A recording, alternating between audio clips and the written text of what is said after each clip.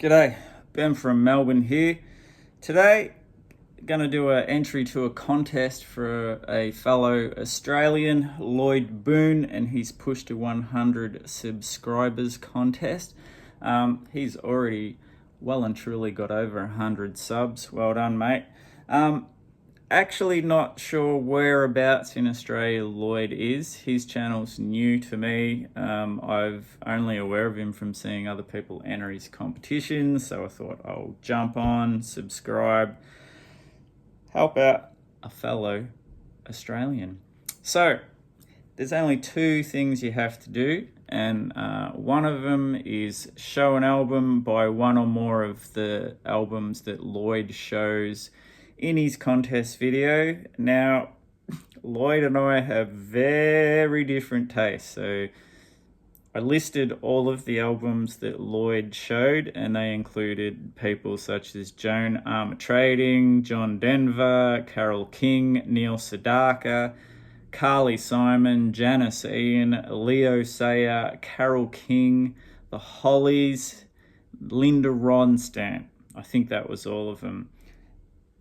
I don't have albums by any of those people. I may have a best of CD of the Hollies, I'm not sure. And the Hollies was the only link I could come up with. And of course, everything on my channel is Australian, so I have to finagle that in as well. Now, the great Australian band, The Twilights, which were fronted by Glenn Shorrock, who went on to destroy all credibility and hurt all of our ears by forming the Little River Band, but we won't let that get in the way because the Twilights were a great 60s pop group, and they did cover two Hollies songs, Come On Home and What's Wrong with the Way I Live, which both do not appear on this. So that's my very tenuous link to show one of the albums that Lloyd has. So I'm already probably disqualified, but I'm going to plow on ahead anyway. Now, the next one was to show a series of albums by artists you believe are underrated or forgotten about.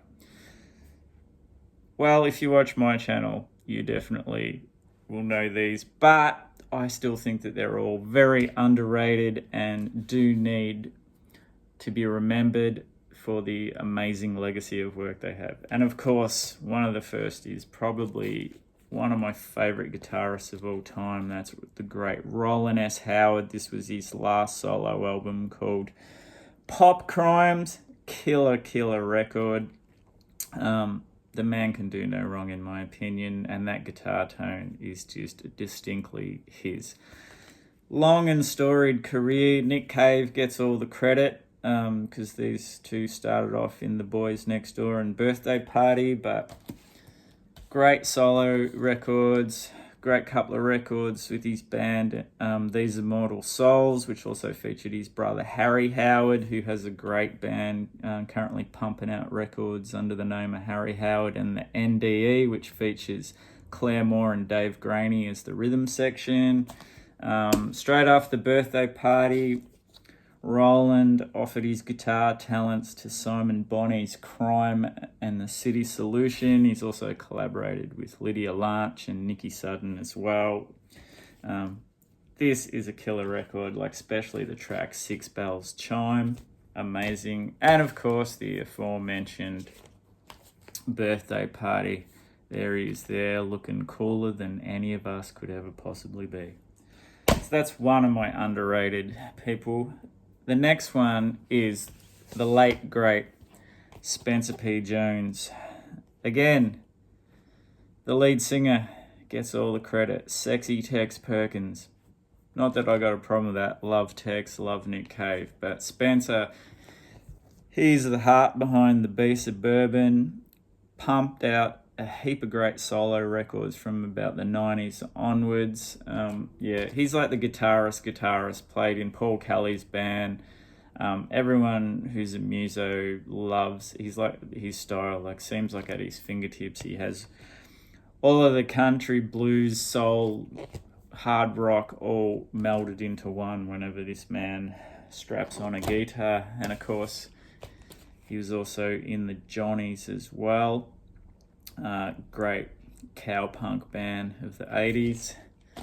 And of course the Be Suburban Doyen. You can probably get this one. This is Little Animals, one of their sort of later records, but still a good solid rock record. Last of all, a modern band who I think are underrated and are amazing, who I have featured on this channel heaps of time, is Black Cab, local Melbourne band. Started off as like a psychedelic, almost shoegazy, little hints of riffage in there. I wouldn't say stoner, but kind of nice, tasteful stuff. They love a concept, as you can see from this Altamont Diary. All the songs are like based around that infamous Rolling Stones concert. They even do a cover of New Speedway Boogie. This is one of their other albums, Call Signs, which began their obsession with Germany. A lot of this is all based on the idea of living under the Stasi in the 80s, which were like the secret police over there when they were in a communist country. Great record. Moving more into like a Joy Division-y influenced kind of thing here. Still like a full band. And then I've skipped an album because it's on CD called East Jesus, which is great, which has a great spoken word piece by none other than the great Sam Cutler. But we'll jump ahead to Games of the 21st Olympiad, continuing the obsession with Germany. And this one, of course, is about the Olympic Games, because this one was like full of controversy. We had everything from Mark Spitz breaking all the world records in his, 7 or 8 gold medals. We had the hostage situation with the Palestine and Israeli athletes. Horrible situation. Funny how history repeats itself. We'll just leave it at that. But this is a great record where like they go pretty much full electronic, but it's like song based, like the early New Order, like where it's really dark and awesome. So that's one of my favorite underrated bands. I also could have mentioned 1,000 others. Anything on my channel pretty much I think needs to be remembered and get more love. So that's it from me for my entry into Lloyd's contest. I'll leave his details below. Check him out, subscribe. I forgot, he's a hat wearing dude. I should have put this on in honor of Lloyd. Check you in the next one. See ya.